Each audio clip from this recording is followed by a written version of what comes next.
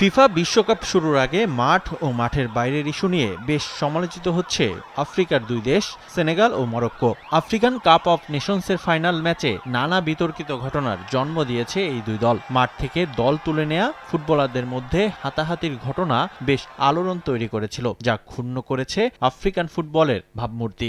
এই ঘটনায় শাস্তি ছিল অনুমেয়। অবশেষে আনুষ্ঠানিকভাবে সেনেগাল ও মরক্কোর বিরুদ্ধে কঠোর শাস্তি ঘোষণা করেছে African football confederation.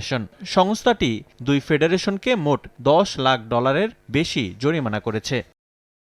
African cup of নেশনসের বিতর্কিত ফাইনালে চ্যাম্পিয়ন হলেও সর্বোচ্চ $6,15,000 জরিমানার মুখে পড়তে হয়েছে সেনেগালকে, বাংলাদেশি মুদ্রায় যা প্রায় 7.5 কোটি টাকা। ম্যাচে বিশৃঙ্খলার মাস্টারমাইন্ড সেনেগালের কোচ পাপে থিয়াওকে 5 ম্যাচের নিষেধাজ্ঞা সহ ব্যক্তিগতভাবে $1 লাখ জরিমানা করা হয়। এছাড়া খেলোয়াড়, কোচিং স্টাফ ও সমর্থকদের অশোভনীয় আচরণের কারণে সেনেগাল ফুটবল ফেডারেশনকে $6 লাখ জরিমানা করা হয়েছে।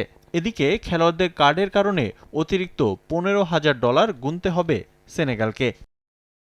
এদিকে মরক্কো ফেডারেশনকে $3,15,000 জরিমানা করেছে সিএফ, যেখানে মরক্কোর বল বয়রা সেনেগালের গোলরক্ষকের মনোযোগ নষ্ট করতে তোয়ালে কেড়ে নেওয়ার ঘটনায় $2 লাখ জরিমানা করা হয়। এছাড়া খেলোয়াড় ও দলের স্টাফদের অপেশাদার আচরণের কারণে আরও $1 লাখ গুনতে হবে মরক্কোকে। সঙ্গে সমর্থকদের বিশৃঙ্খলার দায়ে অতিরিক্ত $15,000 যাবে ফেডারেশনটির।